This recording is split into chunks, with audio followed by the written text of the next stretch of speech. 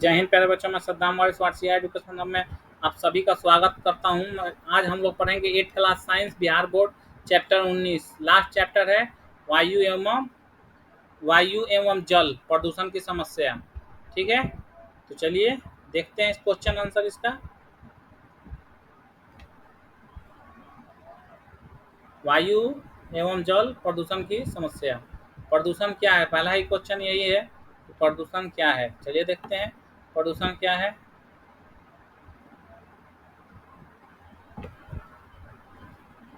प्रदूषण का शाब्दिक अर्थ गंदगी होता है। प्रारंभ में जनसंख्या सीमित थी तथा संसाधन असीमित थी। ठीक है, जनसंख्या सीमित थी, संसाधन बहुत ज़्यादा था, परंतु जैसे जैसे जनसंख्या में वृद्धि होती होती गई, हम औद्योगिक विकास की ओर तेजी से बढ़ने लगे। औद्योगिक तकनीक के आने से मानव की भौतिक आवश्यकताओं तथा सुविधाओं की मांग बढ़ी और प्राकृतिक स्रोतों का मानव काम द्वारा निर्मलता से शोषण किया जाने लगा और इस प्रकार प्रकृति में पारिस्थितिकी असंतुलन का खतरा पैदा हो गया।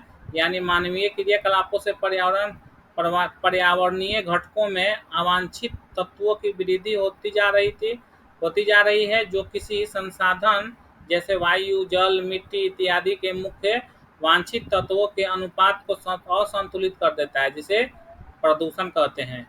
ऑक्सीजन मानव जीवन के लिए प्रकृति के एक महत्वपूर्ण उपहार है, परंतु आधुनिक यांत्रिकी युग में कल कारखानों की चिमनियों से निकलने वाली गैसें, स्वचालित वाहनों में से पेट्रोल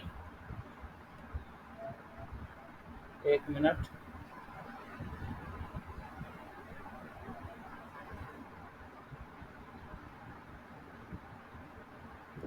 हाँ, स्वचालित वाहनों से पेट्रोल एवं डीजल के दहन तथा मनुष्य के अन्य क्रियाकलापों के कारण वायु में धूल, कण, धुआं और अनेक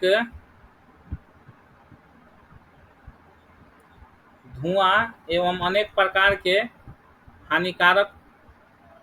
हानिकारक गैसें पर्याप्त मात्रा में उपस्थित होकर उसे गंदा कर देती है। यह वायु प्रदूषण कहलाता है। ठीक है, ठोस उसी प्रकार के स्वच्छ जल के स्रोतों में से ऐसी बाहरी पदार्थ मिल जाते हैं जो उसके गुणों में परिवर्तन लाकर इसे इस्तेमाल करने वाले के लिए हानिकारक बना देते हैं, जो वह जल प्रदूषण कहलाता है। इस प्रकार जब वायु, जल, मिट्टी इत्यादि में अवांछित तत्वों की वृद्धि जिसके कारण वांछित तत्वों के अनुपात में असंतुलन पैदा हो जाती है, उसे प्रदूषण कहा जाता है। ठीक है, प्रदूषण का डेफिनेशन आपने देख लिया, अलग अलग वायु प्रदूषण और जल प्रदूषण। ठीक है, आगे बढ़ते हैं। 2 नंबर क्वेश्चन देखते हैं। क्या स्वच्छ पारदर्शी जल सदैव पीने लायक है? इस पर टिप्पणी करिए। ठीक है, देख लेते हैं। जल में आवश्यकता से अधिक खनिज पदार्थ, लवण, कार्बनिक और अकार्बनिक पदार्थ, कल कारखानों से निकले कचरे, मल मूत्र, कूड़ा करकट इत्यादि मिल जाने से जल के लाभदायक गुण नष्ट हो जाते हैं और वह पीने योग्य नहीं रह जाता है। ऐसा जल प्रदूषित जल कहलाता है। ठीक है, जल स्रोतों में मल मूत्र बहाने, कचरे बहाने, पशुओं के स्नान करने, लाश बहने या अस्थि विसर्जन करने से जल प्रदूषण हो जाते हैं। जल एक अच्छा घोलक है जिसके कारण धात्विक पदार्थों भी इसमें मिल जाते हैं। धात्विक पदार्थ भी इसमें मिल जाते हैं, जैसे सीसा, मरकरी, कैडमियम, आर्सेनिक इत्यादि जल को प्रदूषित कर देते हैं। इस प्रकार कुछ ऐसे प्रदूषक हैं जो जल में घुले होते हैं, फिर भी जल की स्वच्छता तथा पारदर्शिता दिखाता है, लेकिन उस जल को पीने से अनेक बीमारियां हो जाती है। साफ दिखेगा लेकिन पीजिएगा तो उसमें बहुत सारा चीज़ मिला रहता है, जैसे कैडमियम, आर्सेनिक इत्यादि लिखा है ना, शीशा, ये सब नुकसान पहुंचता है। ऐसे सूक्ष्म जीवाणु इससे रेचिया कोलाई, कोलिफॉर्म, मल, स्ट्रेप्टोकोकाई इत्यादि जल में घुले होते हैं, जो दिखते नहीं हैं तथा जल स्वच्छ पारदर्शी दिखता है, परंतु ये पीने लायक नहीं होते हैं। ठीक है, समझ में आ गई होगी बात। देखने में साफ सुथरा जल जरूरी नहीं कि वो स्वच्छ ही जल हो।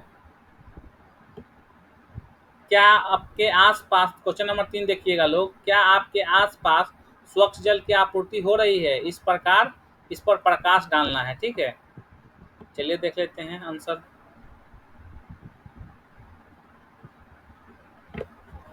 उत्तर है नहीं। हमारे आसपास स्वच्छ जल की आपूर्ति नहीं हो रही है, क्योंकि हमारे आसपास कुछ कुएं, कुछ चापाकल तो जानवरों के लिए नदी इत्यादि जल के स्रोत हैं। इन स्रोतों से कुछ कुएं तथा चापाकलों के पानी संभवतः ठीक है, परंतु कुछ चापाकलों का पानी आमतौर पर खराब है, यानी इसमें आयरन तथा आर्सेनिक की मात्रा अत्यधिक है, क्योंकि जब इसके पानी में से सफ़ेद कपड़ा धोते हैं तो वह पीला हो जाता है। उस पानी को बाल्टी या लोटा या किसी बर्तन में रखने पर बर्तन पीला हो जाता है। इतना ही नहीं, इस पानी का लगातार सेवन करने से दांत तथा जीभ काला पड़ने लगता है। ये चापाकलों के कलों में कुछ सरकार द्वारा लगाया गया है, जो कुछ लोग अपने आप को लगाए रखे हैं। कुछ कुएं से पीते हैं, लेकिन सभी चापाकलों को लगाने से पहले या बाद में पानी की जांच नहीं किया जाता है। 2 से 4 महीने पहले सभी जल स्रोतों के जल की जांच पर खराब पानी देने वाले को चिन्हित किया गया है, परंतु इसे बंद करके दूसरी व्यवस्था नहीं की गई है। ये सब समस्याएं हैं, देख सकते हैं। क्वेश्चन कंप्लीट हो गया इसका आंसर 3 नंबर का। 4 नंबर का देखते हैं। 4 नंबर कह रहा है शुद्ध वायु और प्रदूषित वायु में क्या अंतर है। चलिए अंतर देख लेते हैं। शुद्ध वायु में उसके घटक तत्वों का अनुपात निश्चित होता है। प्रदूषित वायु में उसके घटक तत्वों का अनुपात निश्चित नहीं होता है। इसमें धूल कण, धुआं तथा अनेक हानिकारक गैस उत्पन्न होते हैं, और इसमें धूल कण, धुआं तथा अनेक हानिकारक गैसें इसमें उत्पन्न होते हैं, और इसमें नहीं होते हैं उत्पन्न। ठीक है, इसमें कार्बन मोनोऑक्साइड नहीं होते हैं, इसमें कार्बन मोनोऑक्साइड होते हैं। यह सजीव जगत के जीवन का आधार होता है, यह सजीव जगत के जीवन का आधार नहीं होता है। शुद्ध वायु में ऑक्सीजन, नाइट्रोजन, कार्बन डाइऑक्साइड तथा अन्य गैस आर्गन, मीथेन, जलवाष्प क्रमशः 21% है लगभग। ऑक्सीजन 78%, नाइट्रोजन है 0.03% कार्बन है, तथा अन्य गैस क्या क्या है। कार्बन डाइऑक्साइड है 0.03, तथा अन्य गैस क्या है 0.97, आर्गन है, मीथेन है, जलवाष्प है। प्रदूषित वायु में कार्बन मोनोऑक्साइड, नाइट्रोजन के ऑक्साइड, सल्फर डाइऑक्साइड, धातु के कण, कार्बन के कण आदि भी उपस्थित रहते हैं। कार्बन के कण भी उपस्थित रहते हैं। ठीक है, जबकि इसमें एक्यूरेट उपस्थित रहेगा। इसमें क्या होगा, प्रदूषित वायु में कार्बन मोनोऑक्साइड रहेगा, नाइट्रोजन के ऑक्साइड रहेंगे, सल्फर के ऑक्साइड हो जाएंगे, धातु के कण हो जाएंगे, कार्बन के कण आदि भी उपस्थित रहते हैं, जो कि खतरनाक है, अम्ल वर्षा करा सकता है। चलिए आगे बढ़ते हैं। 5 नंबर, अम्ल वर्षा कैसे होती है, टिप्पणी कीजिए और इसके प्रभाव की चर्चा कीजिए। ठीक है, अम्ल वर्षा देख लेते हैं कैसे होती है। हमारा ही सब गलती है, मनुष्य का ही गलती है, मानवीय क्रियाकलापों के कारण ही। देख लीजिए, कारण यही लिखा ही है। वायु में जब सल्फर डाइऑक्साइड के साथ साथ नाइट्रोजन के ऑक्साइड बनते हैं, तो वायु में ये जलवाष्प से अभिक्रिया कर सल्फ्यूरिक अम्ल तथा नाइट्रिक अम्ल बनाते हैं। ये वर्षा को अम्लीय बनाकर पृथ्वी पर बरस जाती है, जिसे हम लोग अम्ल वर्षा कहते हैं। ठीक है, आगे देख लेते हैं।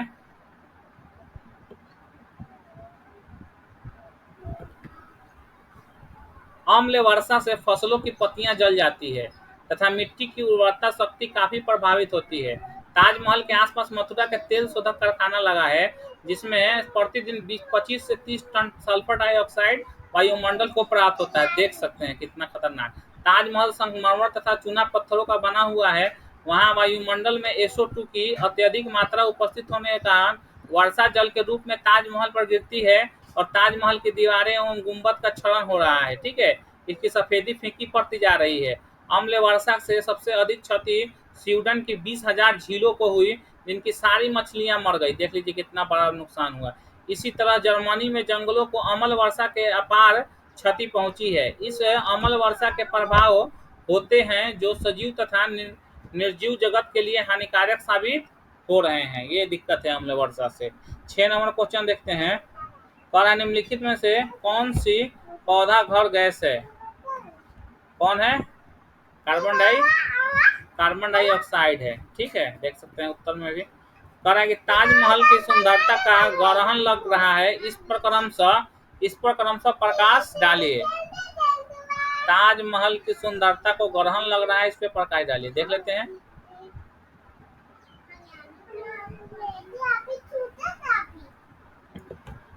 मुमताज की याद प्यार का प्रतीक में ताजमहल का निर्माण आगरा में मुगल शासक ने किया। ताजमहल की ख्याति दुनिया में विख्यात है। ठीक है, इसकी सुंदरता का वर्णन 2, 4, 10 पंक्तियों में नहीं किया जा सकता। इसकी सुंदरता को आप इस बात से समझ सकते हैं कि इसे दुनिया के 7वां आश्चर्यजनक महल माना जा रहा है। इसकी सुंदरता पर खरोंच लगने या ग्रहण लगाने के लिए 1973 में बढ़ती मानवीय आवश्यकताओं को पूरा करने के लिए मथुरा में तेल शोधक कारखाना लगवाया गया, जिसे 20 से 25 टन सल्फर डाइऑक्साइड वायुमंडल को प्राप्त होता है, जो अम्लीय वर्षा का मुख्य घटक है। अम्लीय वर्षा इसके दीवार तथा गुंबद का क्षरण कर रही है। इसके दीवार तथा गुंबद को क्षरण कर रही है तथा इसकी सफेदी को धीरे धीरे खत्म कर रही है, जिसे वैज्ञानिकों ने संगमरमर कैंसर नाम दिया है। इस प्रकार वर्तमान में हम कह सकते हैं कि ताजमहल की सुंदरता पर ग्रहण लग रहा है। चलिए आगे देखते हैं। Question number 8।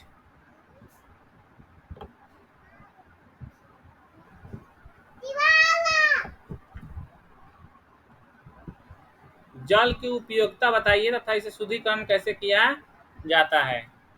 पंच तत्व में बिना बना शरीरा, क्षिति जल पावक गगन समीरा। ठीक है, इसी का एक्सप्लेनेशन नीचे दिया हुआ है कि यानी जो मनुष्य का शरीर है वो 5 तत्वों से मिलकर बना हुआ है, 5 तत्वों से मिलकर बना हुआ है, जिससे जल भी एक है। जल भी शरीर 5 तत्वों में एक जल भी मौजूद है। जल ही जीवन है। इससे यह साबित होता है कि सजीव जगत में जीवन का हर क्रियाकलाप जल पर निर्भर करता है। जल की उपयुक्तता को इस प्रकार प्रकट किया जा सकता है। शौच तथा हाथ मुंह धोने में, स्नान करने में, खाना बनाने में, पीने के लिए, पेड़ पौधों के विकास के लिए, जीव जंतु के जीवन के लिए, सिंचाई के लिए इत्यादि। जल शुद्धिकरण करने के लिए निम्नलिखित उपाय किए जाते हैं। क्या किए जाते हैं, थोड़ा देख लिया जाए। जल को उबाल कर पीजिए, उबालिए, छानिए, ब्लीचिंग पाउडर मिलाइए और फिटकिरी से भी कर सकते हैं उसकी शुद्धिकरण इत्यादि। ठीक है, यदि हम प्रदूषित जल पीते हैं तो क्या होता है, देखिए क्या होगा। प्रदूषित जल के पेट की बीमारियां जैसे हाइजा पेचिस आदि होती है। जल एक अच्छा घोलक होता है। प्रदूषण जल में कई प्रकार के धातुयुक्त पदार्थ जैसे सीसा, मरकरी, कैडमियम, आर्सेनिक उपस्थित होते हैं। जल में उपस्थित सीसा तथा मरकरी एंजाइम से अभिक्रिया कर एंजाइम की कार्य क्षमता को कम करते हैं, जिससे कई बीमारियां होती है। सीसा तंत्रिका तंत्र कैडमियम से इटाई रोग उत्पन्न होता है। ठीक है, मरकरी से मिनीमाटा रोग होता है। इस प्रकार प्रदूषित जल पीने से अनेक बीमारियां प्रत्यक्ष रूप से हो सकते हैं। 10 नंबर क्वेश्चन रखते हैं। सही या गलत बताना है, ट्रू या फॉल्स। पहला क्या है, संसार की 25% जनसंख्या निरापद पेयजल नहीं मिला। बिल्कुल सही बात है, ये सही है स्टेटमेंट। आगे देखते हैं। गर्म जल भी एक प्रदूषक जल है, ये गलत है। पानी को गर्म करके पीजिएगा तो उसमें से सब कीड़ा मकोड़ा मर जाते हैं। ठीक है, अगला जुलाई माह में, ये क्या है, गलत है। जुलाई माह में प्रतिवर्ष वन महोत्सव मनाया जाता है, एकदम सही बात है। अम्लीय वर्षा खेतों की मिट्टी को प्रभावित करता है, बिल्कुल सही बात है। चलिए अगला देखते हैं। क्वेश्चन नंबर 11, वायु प्रदूषण रोकने के उपाय। क्या क्या उपाय हैं, वायु प्रदूषण रोकने के उपाय पूछ रहा है। ठीक है, वाहनों की अच्छी हालात में रखने से, ईंधन रहित वाहन चलाने से, घरों में धुआं रहित चूल्हा प्रयोग करने से, सौर ऊर्जा के प्रयोग से, पवन ऊर्जा के प्रयोग से, जवारीय ऊर्जा के प्रयोग से, इंजन में ऐसी व्यवस्था ताकि ईंधन कम पूर्णतः दहन हो सके, गाड़ियों में उत्प्रेरक में परिवर्तित लगाने से अधिक पेड़ पौधे लगाकर उसको खत्म किया सकता है। क्वेश्चन नंबर 12 देख लिया जाए। रेखा चित्र द्वारा पौधे घर प्रभाव को दर्शाइए। दर्शा दिया गया है रेखा चित्र द्वारा, देख सकते हैं, स्क्रीनशॉट ले सकते हैं, बना सकते हैं। चलिए क्वेश्चन नंबर 13 देखते हैं। 12 नंबर का तो हो गया जवाब।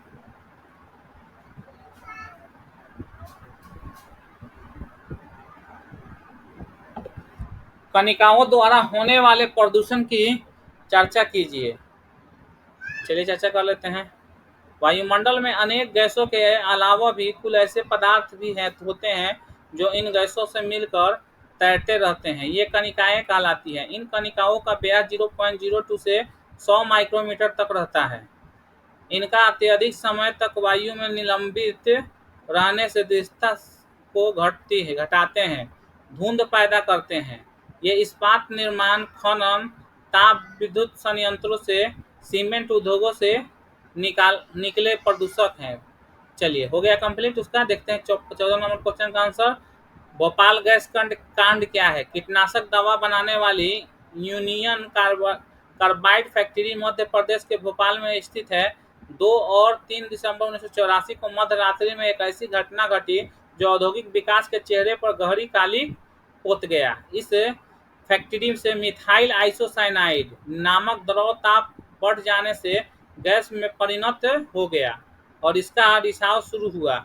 यह जहरीली गैस सांस के फेफड़ों में गई और फेफड़ों में कई पानी भर गया। सांस फूली और फिर प्राण छूट गए। हजारों लोग सदा के लिए सो गए। हजारों लोग अपंग होकर आज भी कष्टदायक जीवन व्यतीत कर रहे हैं, जिसे सारी दुनिया भोपाल गैस कांड के नाम से जानती है। चलिए अगला क्वेश्चन देख लेते हैं।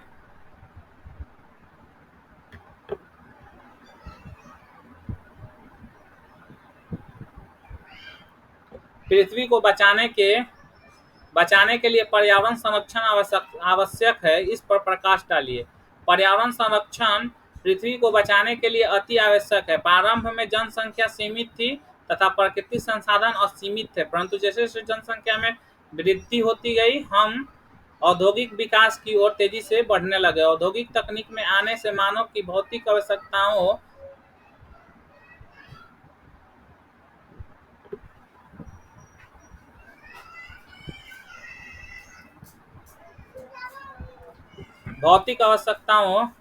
तथा सुविधाओं की मांग बढ़ी और प्रकृति में असंतुलन की स्थिति पैदा हो गई। यानी मानवीय क्रियाकलापों से पर्यावरणीय घटकों में अवांछित तत्वों की वृद्धि जारी है, जो किसी न किसी संसाधन जैसे वायु, जल, मिट्टी इत्यादि से मुख्य वांछित तत्वों के अनुपात को असंतुलित कर देती है, जिसे प्रदूषण कहा जाता है। जब जब पर्यावरण असंतुलित हुआ है, तब तब कोई न कोई प्राकृतिक आपदाएं आई हैं, जैसे बहुत ज़्यादा गर्मी पड़ना, बहुत अधिक ठंडा पड़ना, बहुत कम वर्षा होना या बहुत अधिक वर्षा होना, बाढ़ की स्थिति आ जाना, बाढ़ आना, सूखा पड़ना, सुनामी आना, ये सब पर्यावरण के ही दोष हैं। इत्यादि घटनाओं मानवीय क्रियाकलापों का ही दोष है। पर्यावरण को दूषित कर रहे हैं। इत्यादि घटनाओं, देखिए आगे देख लेते हैं। इत्यादि घटनाओं मानव तथा सजीव निर्जीव सभी को भारी क्षति पहुंचाते हैं। इतना ही नहीं, पर्यावरण में असंतुलन के कारण मानव में इतनी सारी भयानक बीमारियां हो रही है जिसका जवाब नहीं। इस प्रकार पर्यावरण संरक्षण पृथ्वी को बचाने के लिए आवश्यक है। समय रहते हम मानव यदि सचेत नहीं हुए तो प्राकृतिक आपदाएं एक दिन मानव जीवन की लीला को समाप्त कर सकती है। 16 नंबर क्वेश्चन देखते हैं। उपयुक्त का मिलान करना है, अब लास्ट ही है।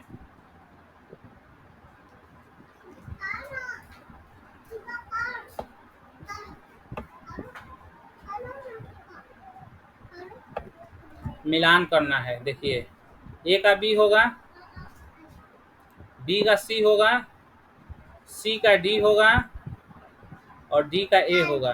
ठीक है, इस प्रकार चैप्टर को हम लोग कंप्लीट करते हैं। पूरे साइंस कंप्लीट हो गया क्वेश्चन आंसर।